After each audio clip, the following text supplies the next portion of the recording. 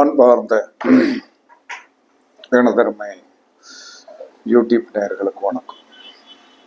இதுவும் ஒரு முக்கியமான பதிவு தான். 13வது நட்சத்திரத்தை பற்றி சொல்லாத ஒரு ரகசியம். எல்லாரும் 13வது நட்சத்திரம் அதிர்ஷ்ட நட்சத்திரம் அப்படின்னு சொல்றோம். அதிர்ஷ்டம் அப்படிங்கிறது அது உண்மைதான். 13வது நட்சத்திரம் அதிர்ஷ்ட நட்சத்திரம் அப்படிங்கிறது உண்மை. அந்த அதிர்ஷ்டத்தை எதன் மூலமாக இந்த ஜாதகர் அனுபவிப்பார் என்பதை தெரியும். அது எந்த உறவை நீங்கள் வலிமையாக்கணுங்கிறது தெரியணும் இல்லையா?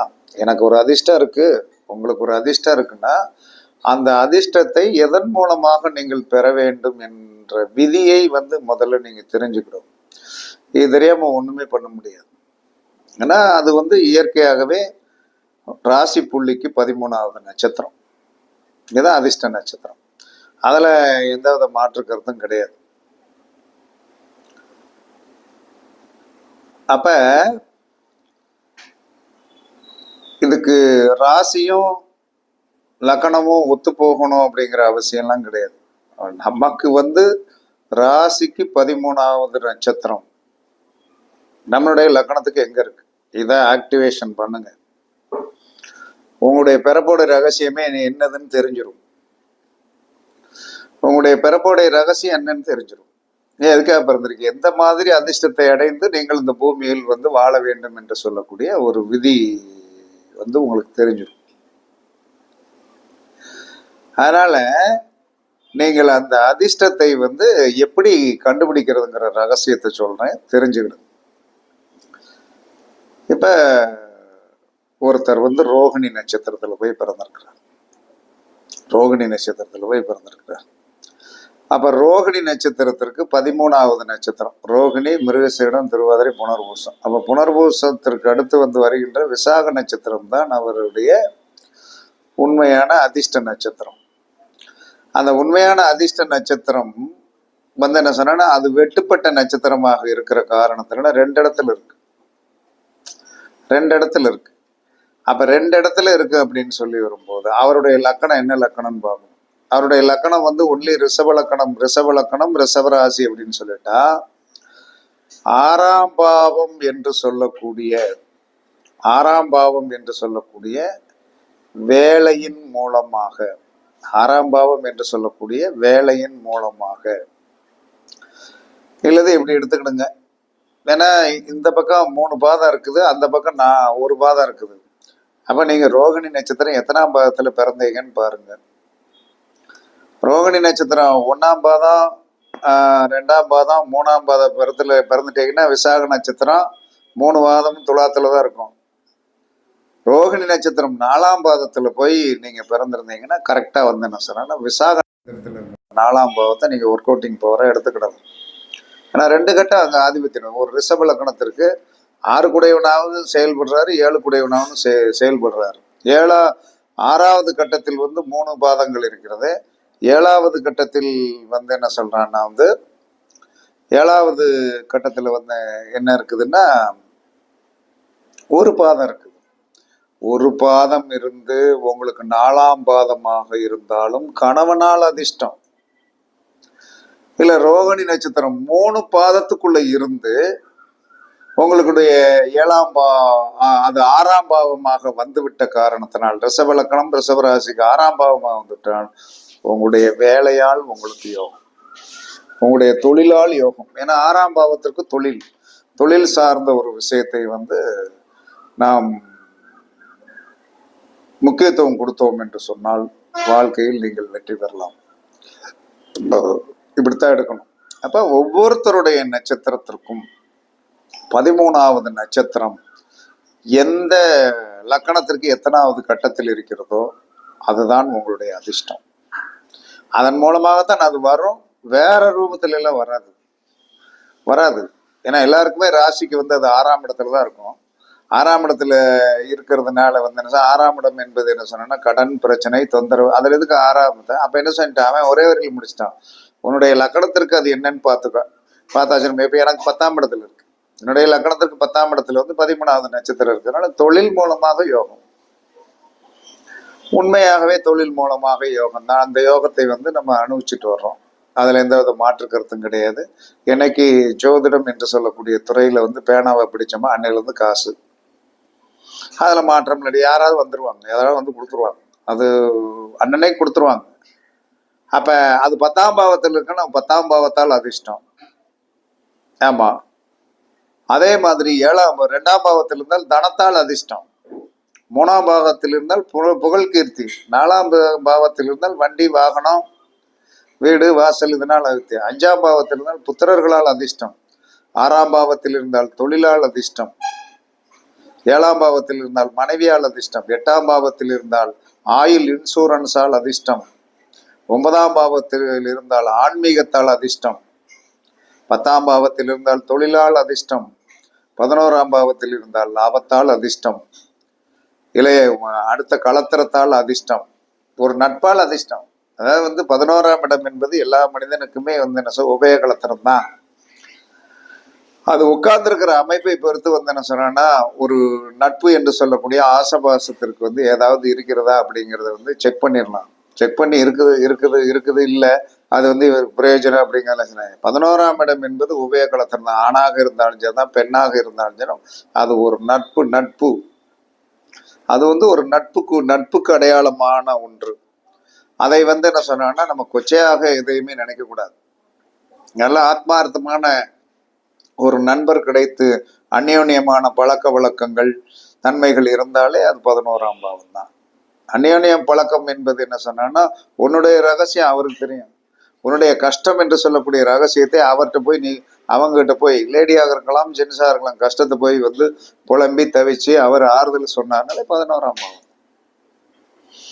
இதை நம்ம பத்த வைக்கிற முறை வந்து வேற பண்ணிட்டா தான் அது பிரச்சனைக்குரியதா இல்லையாங்கிறத வந்து ஜாதகத்தில் இருக்கிற லக்னம் தான் தீர்மானம் பண்ணும். நம்மெல்லாம் பண்ண முடியாது. அது ஜாதகத்தை பார்க்கணும். அப்ப ஒவ்வொரு மனிதனுடைய 9ஆம் பாவம் என்று 9 அதிர்ஷ்ட நட்சத்திரம் என்று சொல்லக்கூடியது வாழ்க்கையில் மிக மிக போற்றுதல் கூடியது. அது சாதாரணமான விஷயம் கிடையாது. போற்றுதலுக்குடையது. அந்த போற்றுதலுக்குடையது அப்படிங்கிறதை அது எந்த இடத்துல இருக்கிறதோ, ஒரு விருச்சிக லக்கணத்துல போய் பிறந்திருக்காங்க. விருச்சிக லக்கணம் விருச்சிக ராசி, அனுச நட்சத்திரம், அனுசம் கேட்டை மூலம் புராடம்.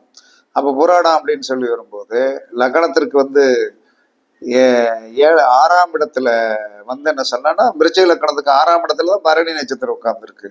அந்த அம்மாவுடைய உண்மையான சொருவம்னு வேலையை வச்சுதான் சந்தோஷம், ஹாப்பினஸ். வேலையை வச்சு இன்னைக்கு வரைக்கும் என்னுடைய கண் முன்னால நான் பார்த்துட்டே இருக்கேன். வேலையை வச்சு தான் சந்தோஷம்.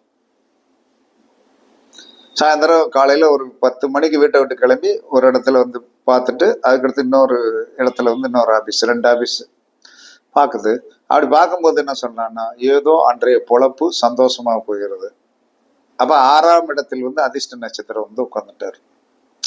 6ஆம் இடத்தில் வந்து அதிர்ஷ்ட நட்சத்திரம் உட்கார்ந்ததுனால தொழிலால் ஏதோ ஒரு நிம்மதி கண்டிப்பாக இருக்கிறது, ஹாப்பினஸ் இருக்கிறது அப்படிங்கிறத வந்து எல்லாருமே நீங்கள் தெரிந்து கொள்ள வேண்டும். இதை நீங்கள் பரீட்சித்து பார்த்து என்ன சொன்னா எல்லாரும் சொல்லுவாங்க இதற்குண்டான சித்தர்களை வழிபாடு பண்ணினால் நல்லது என்று சொல்லுவார்கள். இதற்குண்டான சித்தர்கள் வழிபாடு பண்ணுவதனால் எந்த வித தப்பும் கிடையாது. இதற்குண்டான 13வது நட்சத்திரத்திற்குண்டான நாயன்மார்களை போய் நீங்கள் வழிபாடு செய்தாலுமே அந்த அதிர்ஷ்டம் வந்து இலகுவாக கிடைக்கும். உங்களுடைய 13வது நட்சத்திரத்திற்குண்டான அந்த நாயன்மார்கள், ஏன்னா சிவபெருமானிடம் வந்து நற்பெயரை பெற்றவர்கள் வந்து இந்த 63 நாயன்மார்கள். உங்களுடைய இந்த 13வது நட்சத்திரத்திற்குண்டான சித்தர்களை நீங்கள் வழிபாடு பண்ணுவதனால் கண்டிப்பாக வந்து பெரு வெற்றிகளை அடையலாம். இதை நீங்கள் வந்து இதில் நெட்டில் சர்ச் பண்ணி பார்த்தீங்கன்னா கண்டிப்பாக வந்து உங்களுக்கு என்ன கிடைக்கும் அப்படின்னா இந்த சித்தர்களுடைய தன்மைகள் 27 நட்சத்திரங்களில் போய் பிறந்தவர்கள் வந்து என்ன சொன்னா தான் வழிபாடு பண்ண வேண்டிய சித்தர்கள் அப்படின்னு சொல்லக்கூடிய தான் வழிபாடு பண்ணக்கூடிய 27 நட்சத்திரங்கள்ல வந்து 27 நட்சத்திரக்காரர்கள் வழிபாடு பண்ணக்கூடிய வேண்டிய சித்தர்கள் அப்படின்னு சொல்லக்கூடிய ஒரு டாபிக்கை நான் போட்டிருக்கேன். அதுல உங்க 13வது நட்சத்திரத்துக்கு உண்டான சித்தரை நீங்க பிடிச்சுக்கிடுங்க. கண்டிப்பாக வந்து என்ன சார் உங்களுடைய வாழ்க்கையில் வந்து பெரிய போராட்ட களத்திலிருந்து உங்களுடைய அதிர்ஷ்டம் உங்களுக்கு தான். இதுல யாரும் பங்குபட முடியாது, இதை யாரும் குலைக்கவும் முடியாது. ஒருத்தர் 12ஆம் பாவத்தில் இருக்குன்னா அவனுக்கு நிறைய சேமிப்பு வந்துடும். சயன போகத்துல ஹாப்பினஸா இருப்பான். அது அவனுக்கு கடவுள் கொடுத்த விதி. ஒருத்தனுக்கு 2ஆம் பாவத்தில் இருக்குது, ஒருத்தனுக்கு வந்து 7ஆம் பாவத்தில் இருக்கு, மனைவியால் பெரிய லாபம் அடைவான். ஒருத்தனுக்கு 8ஆம் பாவத்தில் இருக்கிறது. 8ஆம் பாவம் என்று சொல்லக்கூடிய அந்த காரகத்துவத்துல அமைப்புலவே அவனுக்கு உட்கார்ந்து இருக்கிற காரணத்தினால அவன்லாம் வந்து எல்ஐசி ஏஜென்டா இருந்தாங்க, சூப்பராயிருவான். 2வது வந்து என்ன சொன்னான்னா வந்து இந்த பென்ஷன் எல்ஐசி ஏஜென்ட் இந்த மாதிரி வந்து என்ன சொன்னா அந்த மாதிரி 8ஆம் பாவம் சார்ந்த விஷயத்தில் வந்து என்ன சொன்னா அவனுடைய செயல்பாடுகளை பூரா கொண்டு போனோம்னா அந்த அதிர்ஷ்டம் வந்து ஆட்டோமேட்டிக்கா வந்துடும். இப்படி ஒவ்வொரு மனிதனும் வந்து ஏதாவது ஒரு விதத்தில் வந்து ஒன்றும் இல்லை. ஒருத்தர் வந்து என்ன சொன்னா எங்க ஊர்ல வந்து என்ன சொன்னா எப்பயுமே இந்த கக்கூஸ் பக்கத்தில் ஒருத்தர் உட்காந்துருப்பான். 10 ரூபா வாங்கி போட்டுட்டே இருப்பான். அந்த கலெக்ஷனை வந்து என்ன சொல்றான்னா வாங்கிட்டு போவதுக்கு அவன் ஓனர் பெரிய திருக்கு மீசை வச்சிருப்பான். ஏன்னா அவங்க தான் அதை எடுப்பாங்க. திருக்கு மீசை வச்சுட்டு வருவான். வரும்போது என்ன எவ்வளவு கலெக்ஷன் ஆச்சு, இந்தா கொண்டா அப்படின்னு சொல்லிட்டு வாங்கிட்டு போவோம். அது அவனுக்கு அதிர்ஷ்டம். அதை வந்து நம்ம வந்து என்ன சொல்றான்னா வந்து ஒன்றும் பண்ண முடியாது. சில பேர் வந்து அரசாங்க கான்ட்ராக்ட் எடுக்கான். அரசாங்க கான்ட்ராக்ட் எடுத்து என்ன சொன்னான்னா அவனுக்கு வந்து என்ன சொன்னான்னா அப்படியே அள்ளி ஒழிச்சிட்டு போகும். ஒருத்தன் வந்து கோயில் வாசல்ல வந்து என்ன சொன்னான்னா கடை வச்சு பூ வச்சிருப்பான். அவனுக்கு அதன் மூலமா அதிர்ஷ்டம் இருக்கும்.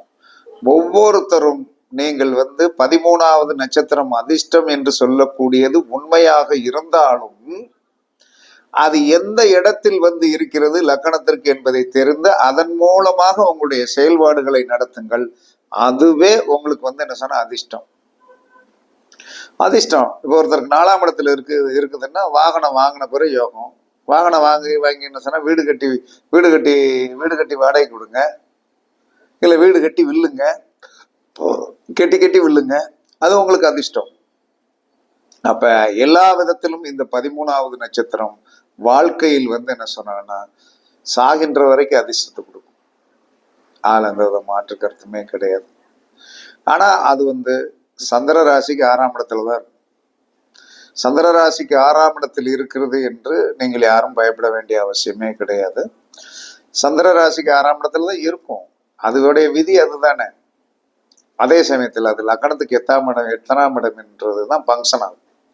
சந்திர ராசிக்கு 6ஆம் இடத்தில் இருக்கிற 13வது நட்சத்திரம் லக்கணத்துக்கு எத்தனாவது வீடாக வருதோ அதுல உங்களுக்கு ஒரு அதிர்ஷ்டம் இருக்கு.